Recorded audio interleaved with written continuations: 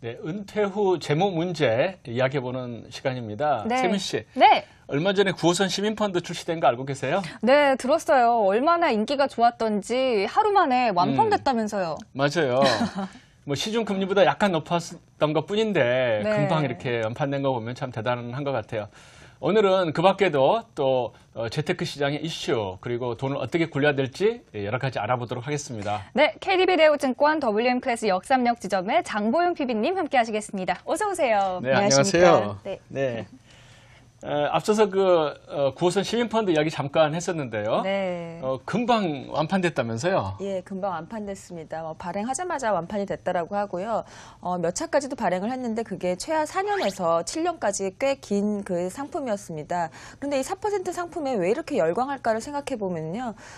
상당히 4%가 주는 의미가 상당히 있는 것 같습니다. 몇 년 전만 해도 우리가 저축은행을 가면은 많게는 적금 이율이 7%에서 마이너스 10%까지 좋습니다. 그런데 저축은행 사태가 나타나면서 그런 상품들이 다 없어졌고요. 그리고 또 보면은 채권, 회사채 투자에서 어느 정도 이자를 좀 더 받겠다라고 했던 것들도 동양 사태가 일어나면서 회사채에 대한 두려움이 생겼습니다. 그런데 최근에 보면 제가 예를 들어서 회사채 같은 경우에도 4년, 5년 만기짜리 상품들을 한번 보면은요. 이율이 아주 많아야 4.5% 정도입니다. 그런데 그건 좀 투자하기가 좀 두려운 A- 정도의 등급이기 때문에 A- 받으면서 4% 이 정도 받긴 좀 부담스러운 거죠. 근데 이런 상품들의 특징은 안정적으로 가져갈 수 있으면서도 4%대를 유지한다라는 건데요. 이 4%에 주는 의미가 꽤 있습니다. 왜냐하면 보통 이제까지 우리나라의 물가 상승률 한 3%라고 평균적으로 알고 있습니다. 근데 이제 4%에 갖는 의미는 3% 물가 상승률을 어느 정도 커버하고 약간 남는 수준. 그러니까 내가 돈을 현금을 보유하고 있을 때 손해보지 않는 수준이 4%이기 때문에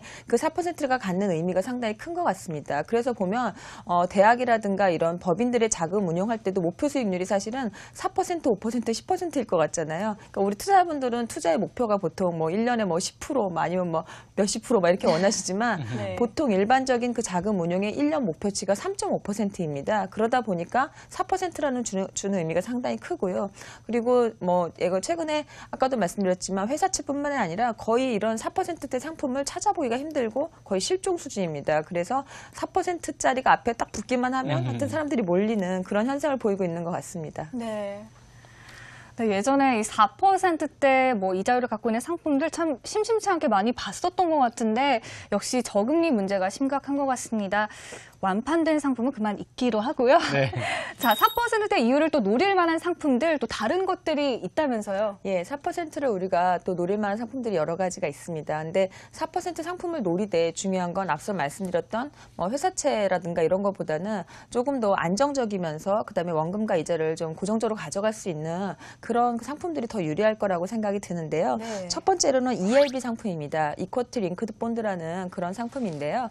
ELS는 되게 많이 들어보셨을 거고요. 제가 이 얘기는 지난번에 한번 말씀드렸습니다. 어떤 상품이냐면 원금과 기본 이자를 지급을 합니다. 예를 들어서 원금 플러스 연이자를 내가 4%를 보장한다 또는 3%를 보장한다 이런 식으로 보장이 되는 가운데에서 3년 동안의 조기 상환의 기회가 있습니다. 근데 그 조기 상환의 기회가 뭐냐면 종합주가지수가 2,000포인트일 때 2%만 오르면 조기 상환이 됩니다. 그러면 예를 들어서 지금 2,000포인트인데 3개월 뒤에 조기 상환 날짜를 봤더니 2,040포인트입니다. 그러면은 3개월 동안 4%, 그러니까 연 4%를 받고 그만 나올 수도 있고요. 만약에 딱 3개월 단위로 해서 조기 상환이 안 됐다라고 하면은 3년 차까지 4%를 받을 수 있는 이런 상품들이 있습니다. 그러면 네. 이것이 갖는 의미가 뭐냐면 원금을 가져가면서 연 4%를 구중적으로 가져가면서 만약에 내가 원하는 지수대에서 조기 상환이 되면 조기 상환도 받을 수 있는 그런 구조의 ELB 상품이 있을 수 있고요.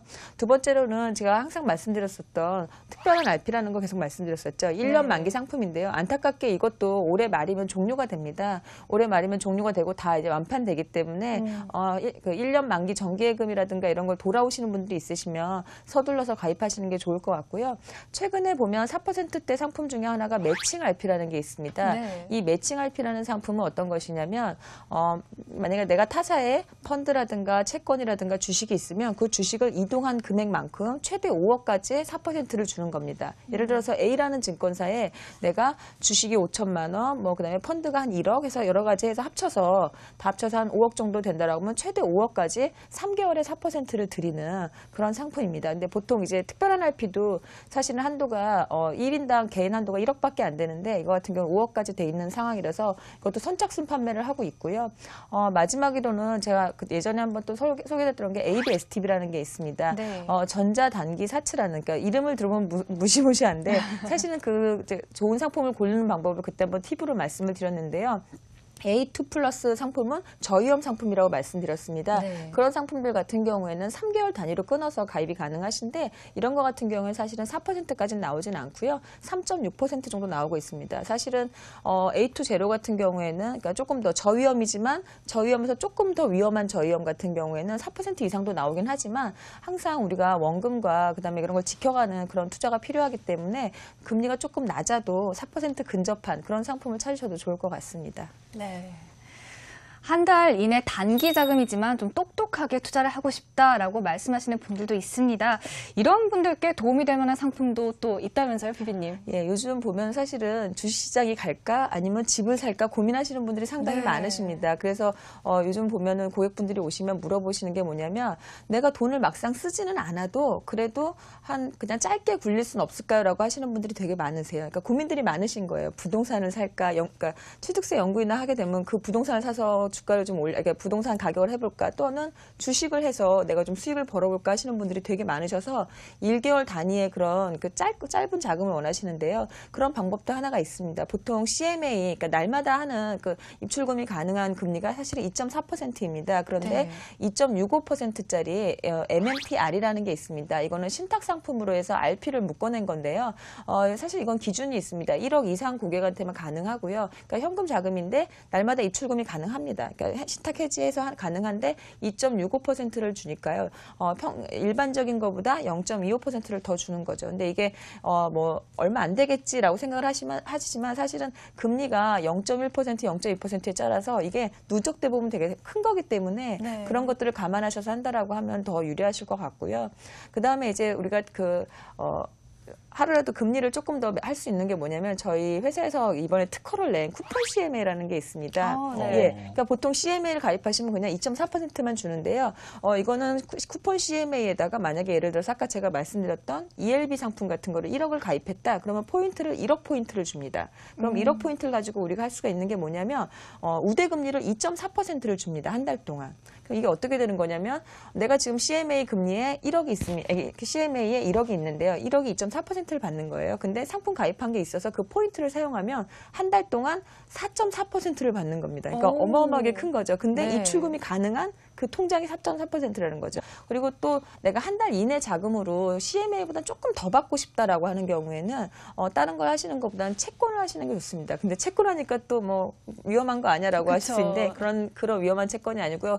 나라에서 발행한 우리나라 정부에서 발행한 뭐 그 국채들이 있습니다. 또 지방채들이 있고요. 뭐 어느 뭐 지역공사 개발 채권, 어느 뭐 도시철도 공사 채권 이런 것들은 채권의 등급이 없습니다. 보통 채권은 뭐 A부터 시작해서 쭉 있잖아요. 뭐 BBB까지 있는데 국채나 지방채나 이런 것들은 등급이 없는 이유가 정부에서 발행한 거기 때문에 안전하고 그만큼 거의 저위험도 아닌 거의 무위험 수준으로 가는 거기 때문에 짧게 운용하실 때는 한 달 미만으로 운용하실 때는 그런 것들을 이용하신다면 2.5%에서 한 2.65, 그래서 막 그 정도까지도 받으실 수 있습니다. 그런 걸 활용하셔도 좋을 것 같습니다. 아, 네. 그렇군요. 그런데 이제 안정성보다도 또 고수익을 추구하는 분들이 계실 텐데요. 네. 위험은 조금 부담하면서도 뭐 4% 이상을 좀 받고 싶다 하는 분들, 이런 분들에게 또 적합한 상품이 있을까요? 예, 예전에 제가 ELS나 DLS를 말씀드린 적이 있었는데요. 사실 이제 ELS와 DLS의 차이점은 뭐냐면 ELS는 주가를 연계를 한 것이고요. 그다음에 DLS는 파생 상품, 원자재를 이용한 것들 또는 금리를 이용한 것들을 이용해서 파생 상품을 만든 겁니다. 그런데 어떤 차이가 있냐면 최근에 ELS 같은 경우에는 사실은 코스피 지수라든가 항생이라든가 또는 S&P 지수라든가 그다음에 요즘에는 유로톡스나 아니면은 니케이까지 이용하기도 하는데요. 지금 그 지수의 위치를 보면 사실은 조금 부담스러운 자리입니다. 네. 그러니까 이 ELS나 DLS는 내가 최대로 손해 볼 수 있는, 그러니까 최소한의 위험을 가져갈 수 있는 그 구조가 어떻게 되나 이건데 사실은 지수들이 많이 올라왔기 때문에 이 지수 관련된 것들은 좀 부담스럽다는 거죠. 근데 DLS 같은 경우를 살펴보면은 DLS는 투자자들은 대부분이 금이나 은이나 원유 같은 것을 이용합니다. 그런데 최근에 달러 강세가 있다 보니까 또 어느 정도 중국발 모멘텀이 끝나면서 원자재들이 많이 하락했습니다. 근데 이 하락한 수준이 어느 정도까지 하락을 했냐면 생산 원가 수준으로 많이 밀렸습니다. 예를 들어서 금이 지금 현재 1270불 정도 하는데요.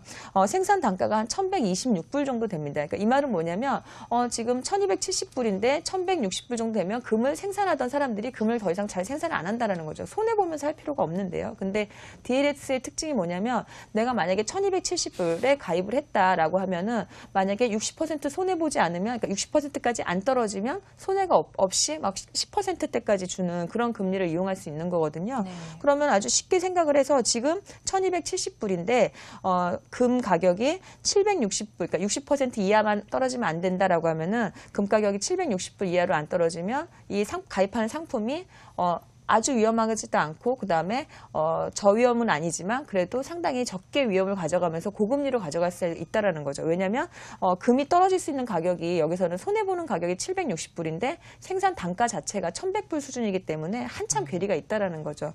은 같은 경우에도 보면은 현재 21불 정도 합니다. 근데 생산 단가가 16불 정도 하는데 이 상품을 가입했을 때 손해를 볼 수 있는 구조는 은이 12불 갔을 때입니다. 근데 또 이것도 역시 생산 단가보다 낮고요. 원유는 더합니다. 원유는 사실은 생산 단가가 104불인데요. 지금 보면은 브렌트 같은 경우는 108불, 그 다음에 WTI 같은 경우에는 오히려 한 90몇 불밖에 안 되기 때문에 지금 생산 원가 수준에 있습니다. 그래서 많이 지수가 올라온 그런 상품들을 이용한 파생 상품을 이용하는 것보다는 이렇게 DLS를 이용해서 하신다라고 하면은 요즘 보통 금리가 나오는 게 한 9%에서 못 나와도 7% 정도가 나오거든요. 그래서 어느 정도 원자재 가격이 많이 하락해 있기 때문에 고금리를 노리면서도 조금 더 가져갈 수 있는 그런 수익 구조가 아닌가라는 생각이 듭니다. 네. 네. 오늘은 그 저금리 환경에서 투자할 만한 여러 가지 상품을 알아봤습니다. 네. 4% 이거 넘어가면 조금 의미 커진다. 사실 꼭 기억해 주시고요.